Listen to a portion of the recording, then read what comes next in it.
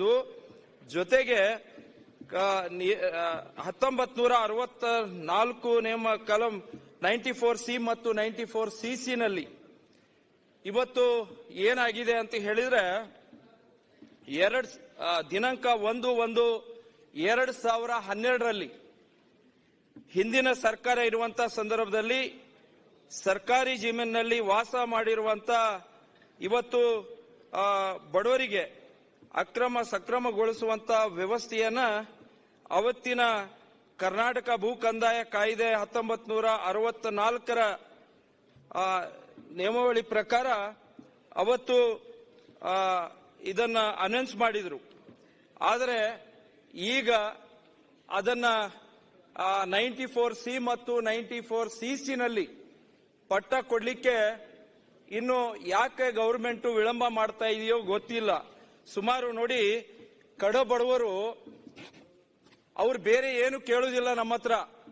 ಅವ್ರು ಕೇಳ್ತಕ್ಕಂಥದ್ದನ್ನ ಅವ್ರ ಜಮೀನು ಮನೆ ಜಾಗವನ್ನ ಸಕ್ರಮಗೊಳಿಸಿ ಅಂತ ಹೇಳಿ, ಅದನ್ನು ನಮ್ಮ ಕಡೆಯಿಂದ ಸರ್ಕಾರದಿಂದ ಮಾಡ್ಲಿಕ್ಕಾಗಿಲ್ಲ ಅಂತ ಹೇಳಿದ್ರೆ ತುಂಬಾ ನಾಚಿಗೇಡ್ತನ ಇದು. ಇನ್ನೊಂದು ಏನಾಗತ್ತೆ, ಇವತ್ತು ಬಡವರಿಗೆ ಆಫೀಸ್ಗಳನ್ನ ಅಲಿಲಿಕ್ಕೆ ಆಗೋದಿಲ್ಲ. ನಂತರ ಅವರು ಸರ್ಕಾರಿ ಬ್ಯಾಂಕ್ಗಳಲ್ಲಾಗ್ಲಿ ಸಾಲ ತಗೊಳ್ಳೋದಾಗ್ಲಿ ಮಕ್ಕಳ ವಿದ್ಯಾಭ್ಯಾಸಕ್ಕಾಗ್ಲಿ ತುಂಬಾ ತೊಂದರೆ ಆಗ್ತಾ ಇದೆ. ಇಡೀ 224 ವಿಧಾನಸಭಾ ಕ್ಷೇತ್ರದಲ್ಲಿ ಮಾನ್ಯ ಅಧ್ಯಕ್ಷರೇ ಇದು ಬಹಳ ಸಮಸ್ಯೆ ಇದೆ. ಸಮಸ್ಯೆ ಭಾಷಣ ಮಾಡಬೇಕು, ಭಾಷಣ ಮಾಡೋದಲ್ಲ. ಮಾನ್ಯ ಅಧ್ಯಕ್ಷರೇ, ನಿಮ್ಮ ಕ್ಷೇತ್ರದಲ್ಲಿ ಕೂಡ 94C ಮತ್ತು CC ಇದು ಪ್ರಾಬ್ಲಮ್ ಇದೆ. ಅಲ್ಲಲ್ಲ, ಅದನ್ನೇ ಹೇಳ್ತಾ ಇದ್ದೀನಿ. ಇದನ್ನ ಅತಿ ಶೀಘ್ರದಲ್ಲಿ 94C ಮತ್ತು CC ನಲ್ಲಿ ಅದನ್ನ ಅಕ್ರಮ ಸಕ್ರಮಗೊಳಿಸುವಂತದ್ದು ಆಗ್ಬೇಕಾಗಿರುವಂತದ್ದು. ಮಾನ್ಯ ಅಧ್ಯಕ್ಷರೇ, 4ನೇದು ಬಗರ್ ಹುಕ್ಕಂ ಸಮಿತಿಯನ್ನ ರಚನೆ ಆಗಿದೆ.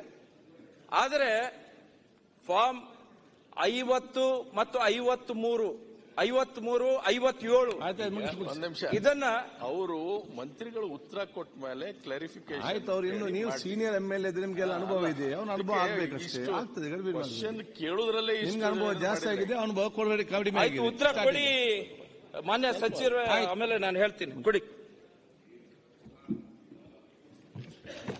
ಮಾನ್ಯ ಅಧ್ಯಕ್ಷರೇ, ಸರ್ಕಾರಿ ಜಮೀನು ಎಷ್ಟಿದೆ ಅಂತ ಕೇಳಿದ್ರು. ನಾನು ನಮ್ಮ ಇಲಾಖೆಯಲ್ಲಿರುವಂತ ಮಾಹಿತಿಯನ್ನ ಕೊಟ್ಟಿದ್ದೇನೆ. ಅವ್ರು ಹೇಳ್ತಾರೆ ಇಲ್ಲ ಇದಕ್ಕಿಂತ ಬಹಳ ಜಾಸ್ತಿ ಇರಬೇಕಾಗಿತ್ತು ಅಂತ. ಜಾಸ್ತಿ ಇತ್ತು ನಿಜ ಮೂಲವಾಗಿ, ಆಮೇಲೆ ಎಲ್ಲ ಕೊಟ್ಕೊಂಡು ಬಂದಿದೀವಲ್ಲ, ಕೊಟ್ಟು ಉಳಿದಿರೋದೇ ಇಷ್ಟು. ಇದರಲ್ಲಿ ಏನಾದ್ರೂ ಸಣ್ಣ ಪುಟ್ಟ ವೇರಿಯೇಷನ್ ಇರ್ಬೋದು, ಇಲ್ಲ ಅಂತ ಹೇಳೋದಿಲ್ಲ.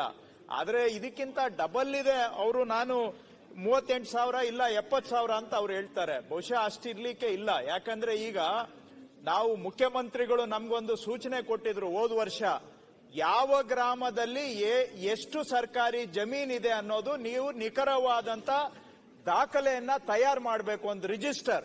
ಸೊ ಈಗ ಒಂದು ಆನ್ಲೈನ್ ಆಪ್ ಮಾಡಿದ್ದೇವೆ.